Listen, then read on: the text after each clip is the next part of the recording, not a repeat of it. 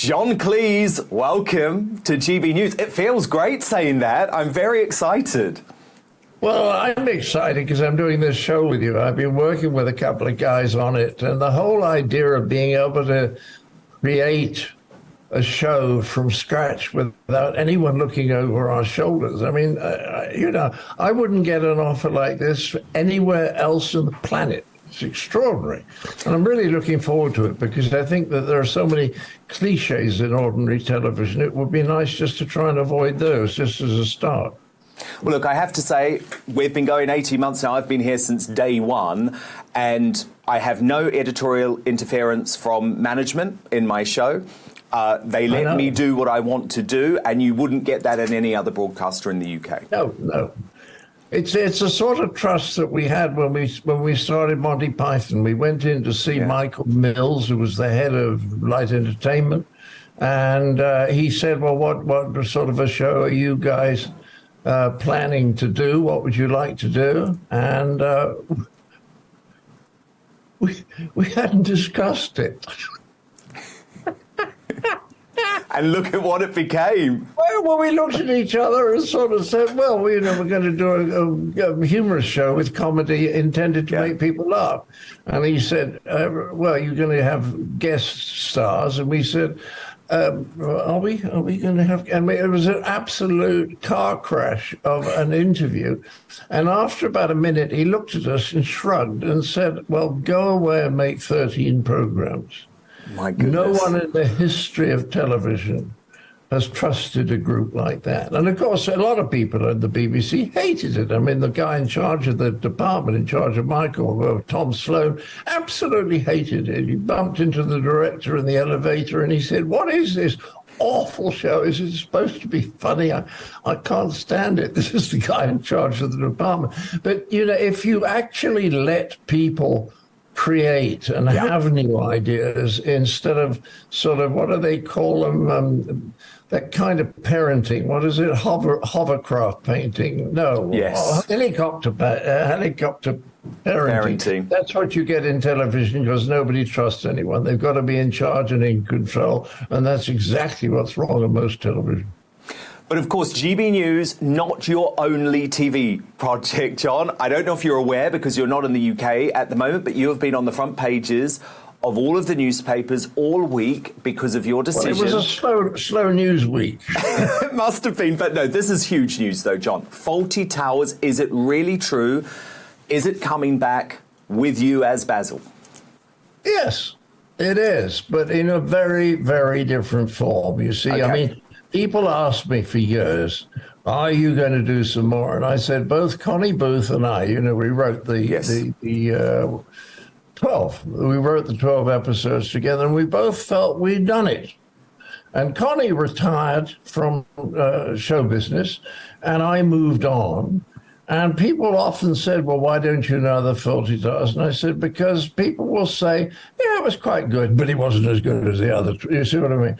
And then my daughter met a guy, and they chatted briefly. And we were all in Las Vegas together because I was doing a show with her. And we had dinner, and we suddenly realized, if we do a sequel, it, first of all, is interesting, and secondly, does not rely upon, of course, Manuel, dear Andy Sachs, who's not with us anymore, and Prue Scales, as is generally known as difficulty remembering stuff now, and certainly almost everyone else is dead, because when I look at old clips now, all these wonderful English character actors who aren't with us anymore. And suddenly we thought, well, if the only continuing character is Basil, and my daughter and I, because we've been writing together for 16 years, which people don't know, we thought we could come up with something quite surprising. And then we thought, but where? And we thought, no, not in a small English town, much more fun and much more different if it's, say, a Caribbean island or something like that, with a small bijou hotel, but with a few very rich people coming to stay and demand. Oh, that is going to be brilliant. That is going to be brilliant. So a bit of a White Lotus vibe. What was say again? A bit of a White Lotus vibe.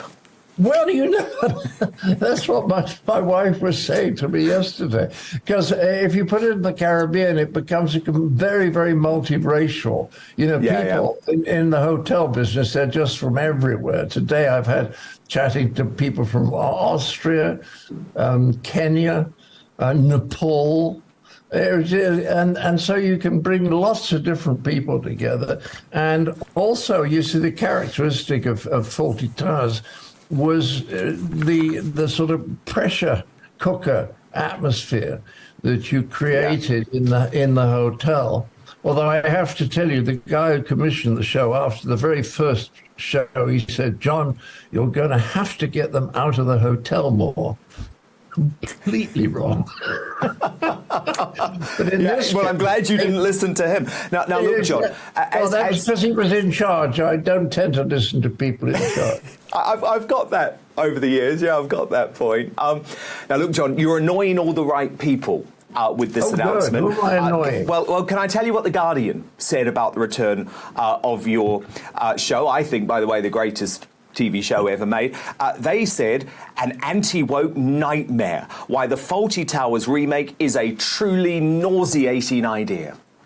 Yes, well, they obviously know better than I do what's going to be in it. So maybe they should write an episode for me that they would find acceptable. It might not be very funny, but I'm sure it would really please some of their readers. Indeed. Now, John, no broadcaster announced. Obviously, you have had a few words to say about the BBC over recent years. Yes. Would you consider doing this version of Fawlty Towers, this sequel with the BBC? Oh, because you wouldn't get the freedom. You see, I was terribly lucky, Dan. I was working for the BBC in the late 60s, 70s, beginning of the 80s. That was the best time because the BBC was run by people with real personality who loved the medium, and they were operating out of confidence, which was okay because there wasn't so much competition in these days. Then John Burt came in and said, if we don't match the listening or viewing figures that the commercial channels are getting, we'll get our license revoked. So then they started going for the biggest audiences, and they tended to go for the lowest common denominator, while always denying that they were doing. But if you took a paper now from 1985 and looked at the television shows that are available that evening and compare what they are now, it means, and I believe this, that basically in Britain we've gone from what was a middle-class culture with all its failings to a tabloid culture. And that is why there's so much of this screaming at people. You see, I want to deal with a lot of the subjects that get people upset, but I want to get sensible people with a sense of humor who will listen to each other and who will trade arguments instead of simply making speeches. Yeah. Indeed, and that's what we try and do on GB News. Always have both sides of the argument to have a respectful debate, but don't shut people down simply because they don't agree with the orthodoxy. OK, so Fawlty Towers will have a new home. It will not be on the BBC. That's big news. Of course, the BBC in recent years has even started to censor or offer trigger warnings on old episodes of Fawlty Towers. So I think what you're saying is correct. There's a huge argument about wokery, and some of it springs from a very good idea, which is let's try to be kind to people. But I believe it's become far too dominated by people who are frightened of offending people. And I think you have to allow offence. And you say, well, do you want people to be shouting racial epithets at people? And the answer is no, but I don't think prison is a correct sanction. Do you see what I mean? Indeed, it's the tyranny of woke. It's the tyranny of woke.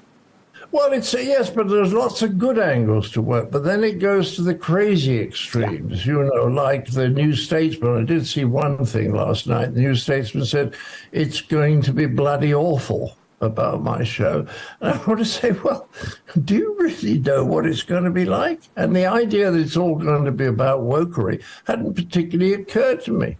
I mean, the show I'm doing, you know, the Dinosaur Hour, the show I'm doing for GB News, that will deal with those kind of things. But I don't see that would be relevant to a small bijou hotel that's run in the Caribbean. So No, they are assuming, with no evidence at all, that they know what the show's going to be like and condemning it for that. And that is neither criticism nor journalism. No, and it sums up our media culture today. Well, look, John, we are so excited about the return of Fawlty Towers, but I have to say, from the GB News family, we're most excited about having you here later this year, It is right? very special. Your having me on your channel is enormously special for you.